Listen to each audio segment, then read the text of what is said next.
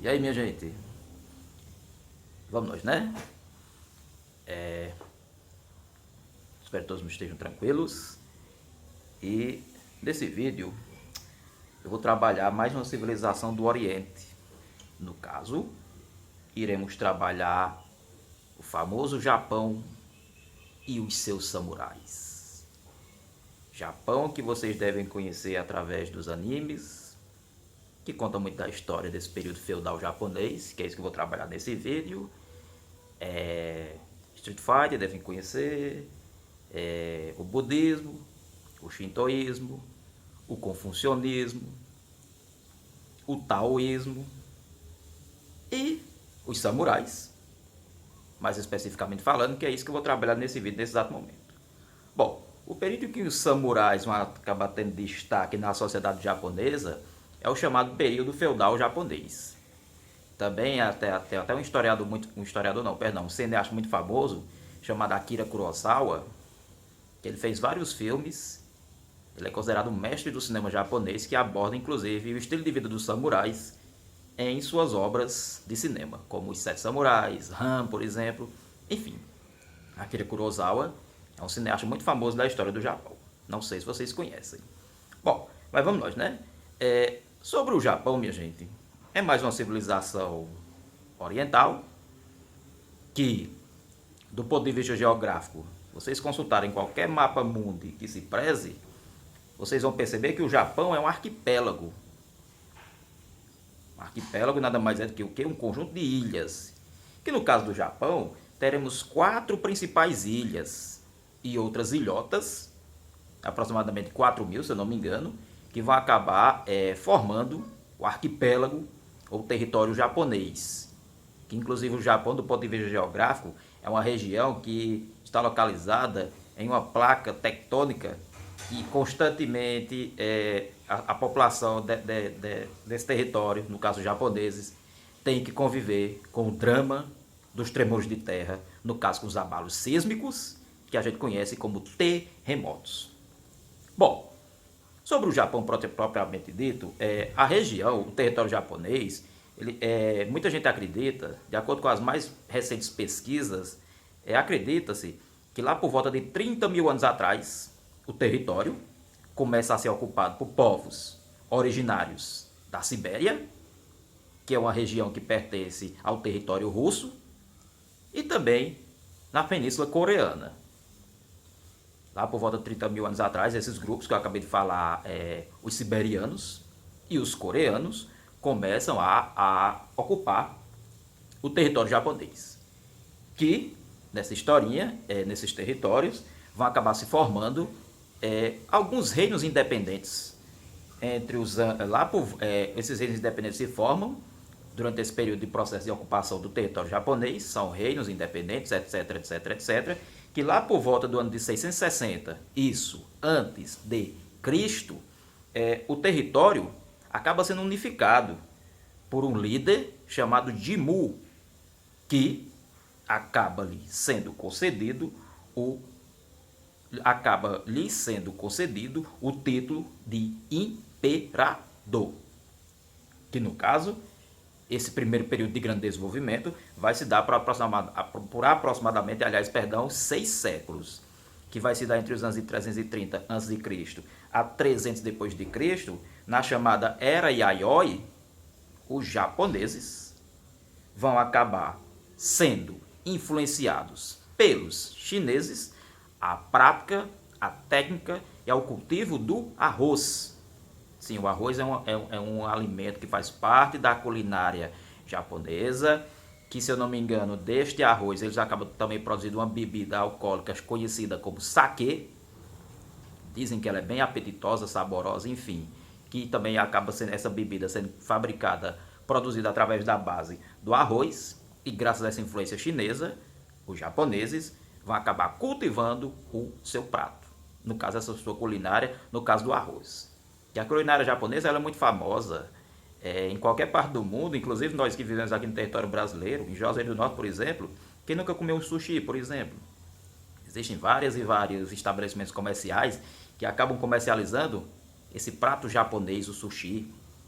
comer com os pauzinhos, por exemplo. Quem consegue comer com os pauzinhos? Eu, no meu caso, eu tenho muita dificuldade em mexer com aqueles pauzinhos. Enfim, somos ocidentais, enfim, cada povo com sua história, sua cultura, sua maneira de se relacionar, de nos habituar a certos costumes que não nos pertencem, diga-se de passagem.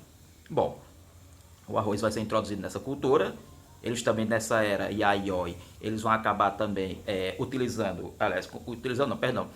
confeccionando, fabricando objetos de bronze e de ferro. E é nesse período que os japoneses, a cultura, o povo japonês vai acabar desenvolvendo a famosa escrita ideográfica. Cada povo do Oriente vai ter sua maneira de produzir a sua escrita, ideográfica. Que essa escrita representa uma ideia. Em vez de eu escrever a palavra, eu vou representar a palavra através deste ideograma. E hoje é moda entre nós ocidentais a gente pegar esses ideogramas e tatuarmos, por exemplo, em nossos corpos. Enfim, modismos que acabam influenciando comportamentos, gerações, em pleno século XXI, diga-se passagem. Bom, minha gente, mas o que nos interessa mesmo nesse vídeo, nessa abordagem, é a gente trabalhar a ideia do samurai. O que é um samurai, minha gente? Um samurai nada mais é do que um guerreiro que pertence a uma determinada família. E se a gente for traduzir a palavra, tal como ela está escrita em japonês, significa aquele que serve. Serve a quem? A uma família, a um chefe, a um senhor feudal, por exemplo. Que no caso do Japão, a história política japonesa vai ficar muito pautada em nossos amigos samurais. O Japão feudal, que é o que eu estou abordando nesse vídeo, o termo samurai, que são guerreiros, que pertencem a clãs ou famílias, por exemplo, o termo significa o quê? Aquele que serve. Que lá por volta do ano 1100 da era cristã, o Japão feudal, ou medieval, como queiram, como foi adotado esse termo para esse povo também do Oriente, era um país agrícola, isolado do resto do mundo. Sabe quando é que o Japão vai se abrir para o Ocidente? Lá por volta de 1853, quando o navio britânico ou americano, não me lembro agora exatamente, o tal do Commodore Perry, ele ameaça bombardear o porto de Tóquio caso o Japão não se abra para o Ocidente. Com essa ameaça, o porto de Tóquio vai ser aberto e aí vai se dar, por exemplo, gente, os primeiros contatos do Ocidente para com o Japão feudal oriental, por exemplo. Que nessa historinha, minha gente, esses samurais pertencem ao que? A famílias ou clãs. Vai existir sim a figura do imperador. Que nessa historinha, essas disputas por demarcação de terras, essas brigas eram coisa que fazia parte do cotidiano da sociedade japonesa, no caso desses amigos samurais. Que o imperador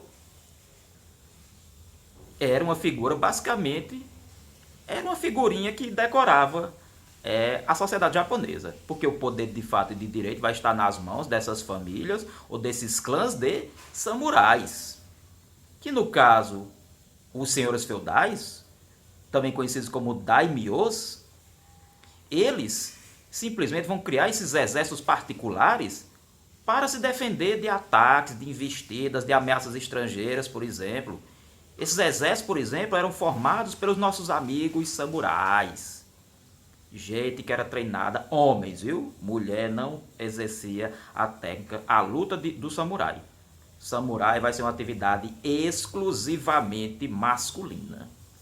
Ser samurai no Japão vai ser uma tarefa exclusivamente masculina e é algo que é transmitido de geração para geração, isto é, vai passar de pai para filho, todo o treinamento, toda a arte de lutar, etc, etc, etc, que eu vou continuar me aprofundando aqui. Nessa historinha, eles vão ser forjados, criados, trabalhados, moldados na arte de lutar com essas espadas. Que a espada não é uma simples espada. Essa tradição de se fabricar, de se produzir essa espada, era uma tradição também que era passada de geração para geração. Cada samurai vai ter uma espadazinha diferente, que vai ser uma coisa tão bem trabalhada que a gente pensa que todas as espadas são iguais. Não, não, muito pelo contrário. Os ferreiros especialistas em criar essa arma, que não era uma simples arma, ali estava a vida de um samurai. Ele vai ter sua técnica, que vai ser reconhecida no território japonês, diga-se de passagem. Bom, esses samurais, que serviam os nossos amigos daimyos, que eram os senhores de terra feudais no Japão, eles vão resolver a ordem interna e também vão, de certa forma, atuar em questões administrativas. Que, minha gente, os samurais, só para vocês terem ideia, lá por volta do século XII, depois de Cristo, o confucionismo, o zen budismo, eles vão chegar ao Japão através de mercadores, comerciantes orientais, diga-se de passagem, eles vão acabar se misturando ao shintoísmo, que é uma das religiões mais antigas da história do Japão. Que os shintoísmos, por exemplo, eles acreditam em espíritos, no caso os kami, que seriam espíritos que atuavam na natureza, nas forças do universo, etc, etc, etc e etc. Também o confucionismo, do nosso amigo Kung Fu Tzu, que é o famoso Confúcio, que nós conhecemos aqui no Ocidente, ele também vai chegar e, de certa forma, vai fazer parte do código de ética, de honra, que vai acabar acompanhando os samurais. E os samurais, minha gente, se eu não me engano, eles vão ser treinados para serem honrados, qualificados, leais, jamais fugirem diante do inimigo, e sua honra está acima de tudo. É um guerreiro ético, honrado, corajoso, jamais fugir diante do inimigo, não ser desleal e também demonstrar, de certa forma, respeito e compaixão pelo inimigo.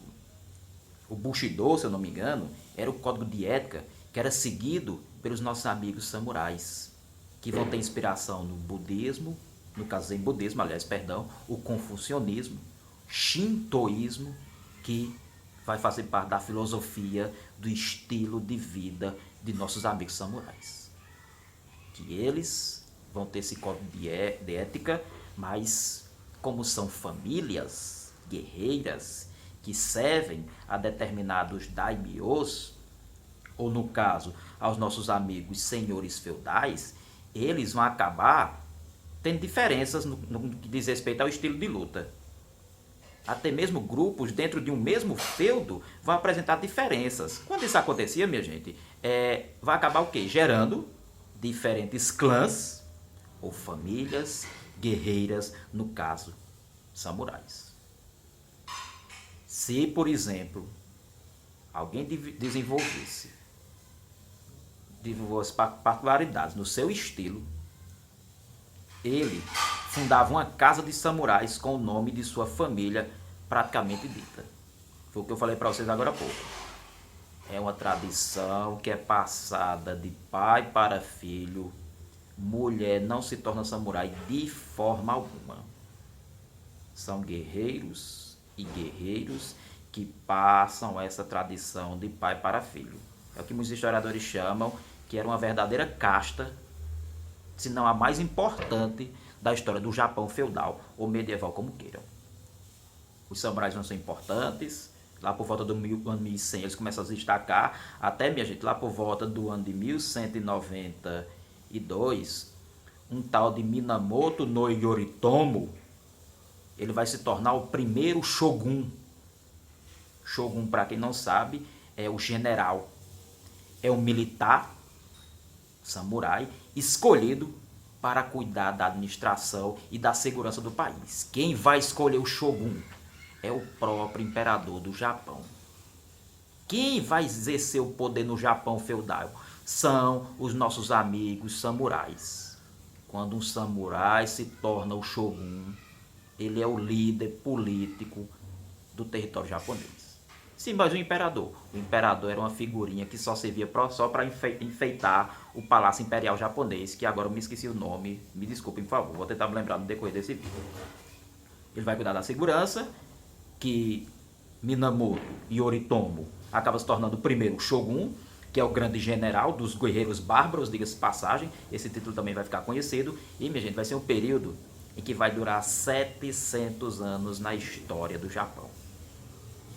Onde shogun, uma vez exercido esse cargo, ele é para o resto da vida, é transmitido de uma forma também hereditária. E para se tornar Shogun, minha gente, não é uma coisa fácil não, viu? É o próprio imperador quem vai escolher o título de Shogun. Que nessa historinha, eu vou agora continuar discorrendo sobre esse período, que, minha gente, nessa historinha, os samurais, uma vez um shogun, que nada mais é que um samurai, que era escolhido pelo próprio imperador, ele vai ser a figura central, principal política do país. Aí vocês que assistem anime já devem ter visto, por exemplo, que como é que a gente vai reconhecer um samurai? Através das espadas que os carinhas portavam. Agora não pense que um samurai é um guerreiro riquíssimo, não, muito pelo contrário. Praticamente eram pouquíssimos que eram ricos. Eles vão ser reconhecidos por portarem, por exemplo, 2 espadas no seu obi. Quem assiste anime sabe o que eu estou falando. Obi nada mais era do que a faixa que segurava o kimono do samurai, onde ele vai transportar a katana, que era a maior das armas, era uma espada forjada que vai levar toda a tradição à honra da família. Essa espada, se eu não me engano, ela vai medir 80 centímetros e ela vai ser utilizada para lutas em locais o quê? Mais amplos, abertíssimos, diga-se passagem. A menor espada que ele carregava, que era chamada de wakizashi, wakizashi, ela vai medir entre 50 e 60 centímetros de comprimento. Pequena em comparação à katana. Ela vai servir para lutas em espaços fechados. Mas aqui e acolá, nem sempre essa regra se cumpria. Vocês sabem perfeitamente disso. Quem assiste anime, por exemplo, deve perceber perfeitamente isso. Bom, o shogunato, minha gente, é um período de lutas e mais lutas sangrentas. Talvez a batalha mais sangrenta do Japão feudal tenha sido a famosa Batalha de Sekigahara, que o livro Musashi, Miyamoto Musashi, talvez tenha sido o samurai mais famoso da história do Japão, por ter criado um código de ética próprio, de honra. Já tem historiadores que falam que ele era um verdadeiro covarde, Musashi. Inclusive tem um livro, foi traduzido do japonês para o Brasil, encontra-se nas livrarias. Quem quiser se aprofundar nessa leitura é até interessante, mas essa batalha de Sekigahara foi cruel, sangrenta, talvez tenha sido a mais sangrenta batalha da história do Japão feudal, onde falam-se que, de acordo com a pesquisa que eu fiz, teriam morrido 35 mil guerreiros só do lado perdedor. É um período de muitas disputas cruéis, sangrentas, envolvendo os nossos amigos samurais.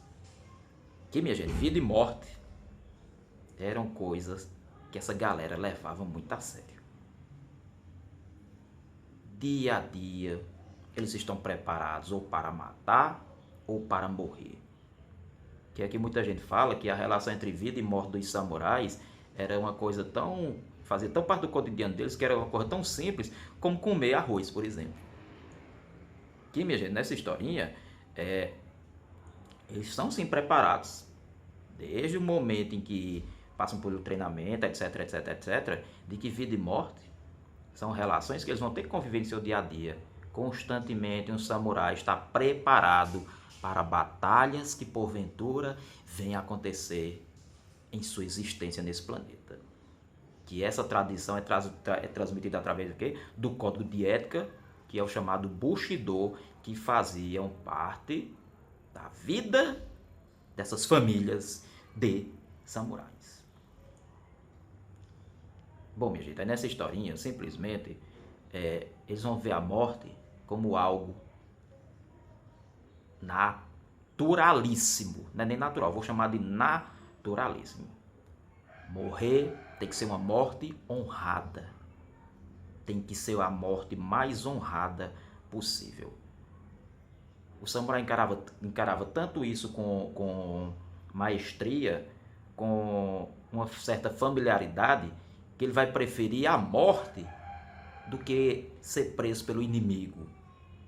E ai do samurai se ele caísse em desgraça. Se um samurai caísse em desgraça, aí era um pecado. Eu vou utilizar o termo pecado, enfim, mas no termo não seria bem esse não.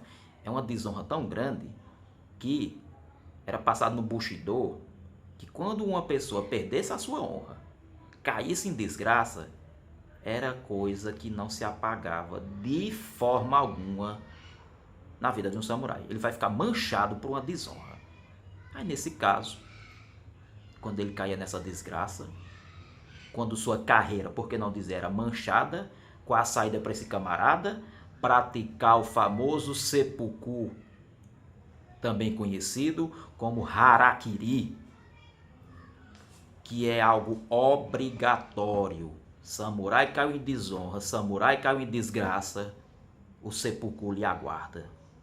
Esse ritual também é conhecido como harakiri. Sabe o que é que acontece? Vai acontecer da seguinte forma: o Bushido dizia que a desonra é um mal que não cicatriza, é uma ferida que vai ficar aberta para todo sempre. Como fechar essa ferida? Através do seppuku. Sim, ele vai tirar a sua própria vida.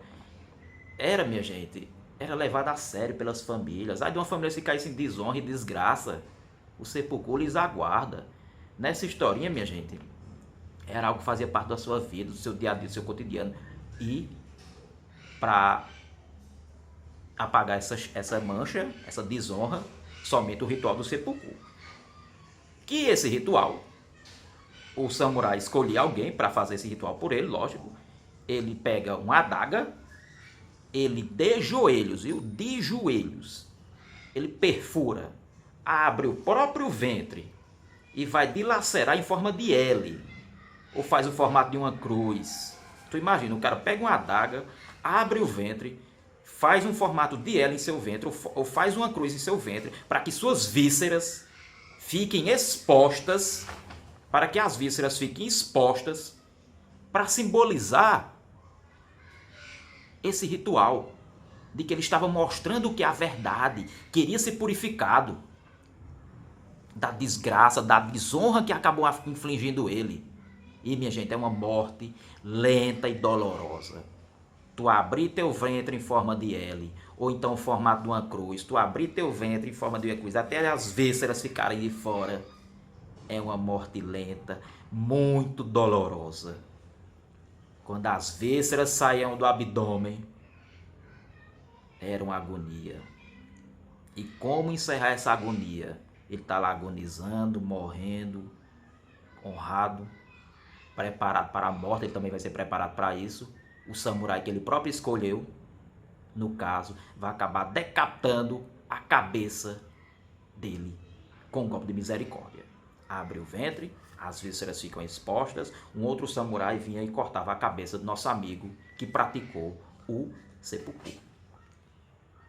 Aqui, minha gente, na famosa era Tokugawa, só houve 3 shoguns na história do Japão, diga-se passagem, ou aliás 3 famílias que chegaram ao shogunato no Japão, só na era Tokugawa que o Japão vai ser unificado. E, minha gente, com a unificação, como é que eu poderia falar para vocês? Eles vão viver o auge, mas também vai viver a decadência. Praticamente as batalhas vão se encerrar, etc, etc, etc. Muitos samurais vão ficar desempregados, vão acabar tendo que adotar uma nova forma de vida, até, minha gente, no ano de 1868, vai vir a famosa Era Meiji, onde o Japão vai se abrir finalmente para o Ocidente, vai se industrializar, vai se modernizar, e o samurai vai ser uma figura que vai ficar no passado. E vocês não esqueçam, minha gente, que o Japão também vai passar, na Segunda Guerra Mundial, vai cair 2 bombas atômicas no país. A arte de fabricar as espadas vai ser o quê? Praticamente desaparecida. Ainda hoje algumas famílias japonesas acabam preservando essa tradição, mas a figura do samurai, minha gente, ela, de certa forma, ainda faz parte do imaginário japonês. É uma galera que lutou e morreu por sua própria honra. Dominaram muito tempo. O shogunato, a era Tokugawa, quando veio, por exemplo, a famosa era Meiji, o imperador japonês praticamente vai lançar o país à modernização, e essa galera, desde a era Tokugawa, vai acabar sendo uma mera figurinha do passado. Uma mera figurinha do passado que vai acabar caindo em desgraça, minha gente, que nessa história simplesmente os samurais vão acabar caindo no esquecimento. Mas também, minha gente, na história do Japão, acho que você já ouviu falar, por exemplo, dos famosos ninjas. E são ninjas? Guerreiros silenciosos. Muita gente pensa que as origens dos ninjas estão no Japão, mas a semente mesmo vem da Índia. Enquanto o nosso amigo samurai fazia parte do exército, o ninja era uma espécie de espião, ou anti-herói, como queiram. Aquele que aceitava todo tipo de trabalho sujo, vai se camuflar, a arte de se esconder e resistir, por exemplo, às condições mais adversas. Onde o significado de ninja significa o quê? Pessoa resistente. Onde o período que os ninjas vão acabar atuando vai ser na época das disputas envolvendo, por exemplo, os senhores feudais. Os ninjas vão ser espiões, vão dominar o corpo e a mente. Muita gente vai dizer que o domínio que os ninjas vão ter sobre o corpo e a mente vai ser algo sobre-humano, que o treinamento também vem desde a mais tenra infância. Onde também nossos amigos ninjas vão ter seu lema. Qual é o lema? Jamais subestimar o inimigo, nunca vacilar numa batalha e nem temer o oponente. O método deles era serem o maior possível de serem silenciosos. Serem silenciosos o mais possível que for. Um bom ninja, ele tem a capacidade de se infiltrar no território inimigo, descobrir informações secretas. Porque não sei se vocês já viram as armas que os ninjas utilizavam, também são espadas, mas tem aquela estrelazinha ninja, a chamada Shuriken, se eu não me engano, que aquelas estrelazinhas ali praticamente vai ser, essa é uma espécie de arma especial que essa galera vai acabar utilizando. Eles vão ser espiões, como eu acabei de falar para vocês, descobrir informações secretas, matar os rivais e são, por excelência, semeadores, semearem a discórdia. Mas, minha gente, nessa historinha aqui, os nossos amigos ninjas, também vai existir mulheres ninjas. Homens e mulheres vão desenvolver a arte ninja. Eu vou até aqui fazer uma propaganda, mesmo sem receber nada em consideração. A Rede Bandeirantes de Televisão, todo domingo está passando o seriado Jiraiya, que abordou, lá nos anos 80, todo esse período dos ninjas. Eu acho que é uma ficção que vai ter como tema esse tema histórico, mostra a luta lá do nosso amigo Jiraiya contra contra outra família ninja. Enfim, é um seriado bem interessante, eu me lembro da minha infância, que ele é bem interessante, bem gostoso de se assistir. Quem tiver a oportunidade de assistir Jiraiya, o Incrível Ninja, todo domingo a partir das 11 da manhã, a Rede Bandeirantes de Televisão está, inclusive, exibindo esse personagem que tem a ver com a história do Japão. Os ninjas são muito resistentes, mulheres também faziam parte desse treinamento ninja. Também sim, vai ter homens e mulheres ninjas, diferente dos samurais, era só homem que era o samurai lá no Japão. Mulheres também vão ser ninjas e eles vão ter treinamento também bem rigoroso. Eles vão se esconder entre árvores. Eles vão, por exemplo, subir em paredes com uma facilidade impressionante. Sim, assim os historiadores nos contam, a galera, as testemunhas oculares da época contam que eles vão ter essa capacidade de se esconder entre as árvores, subir na parede com facilidade e ficar horas debaixo de água. Mas como? Eles vão desenvolver uma técnica de respiração utilizando um pedaço de bambu para passarem horas e horas debaixo d'água. O Japão hoje é um país moderno, industrializado, tecnologia de ponta. Boa parte das tecnologias que hoje a gente conhece, várias outras empresas aí, sem fazer mais mexer, já fiz para a Band, para abordar a Jiraiya, né? Mas enfim, o Japão hoje é um país, minha gente, que sobreviveu a tudo isso. Tem uma história riquíssima. Tem uma tradição que ainda hoje permanece no Japão, que é a luta Fala como é o nome da luta? O sumo, por exemplo, que fazia parte das festividades do Japão. Até hoje tem lutas lá de sumo no Japão, que é uma coisa impressionante, faz parte, está ligada na cultura japonesa. Mas se bem que o que eu queria abordar mesmo nesse vídeo é toda a trajetória dos nossos amigos samurais, esses guerreiros honrados, temidos, respeitados, onde vida e morte tinha a espessura de um fio de cabelo para essa galera. Quando eles caíram em desgraça, vão acabar o quê? Praticando o famoso ritual do seppuku, também conhecido como harakiri. E por aqui eu encerro. Eu espero que vocês tenham gostado dessa abordagem. Se curtiu, dá um joinha e até o nosso próximo encontro. Valeu, pessoal. Um abraço.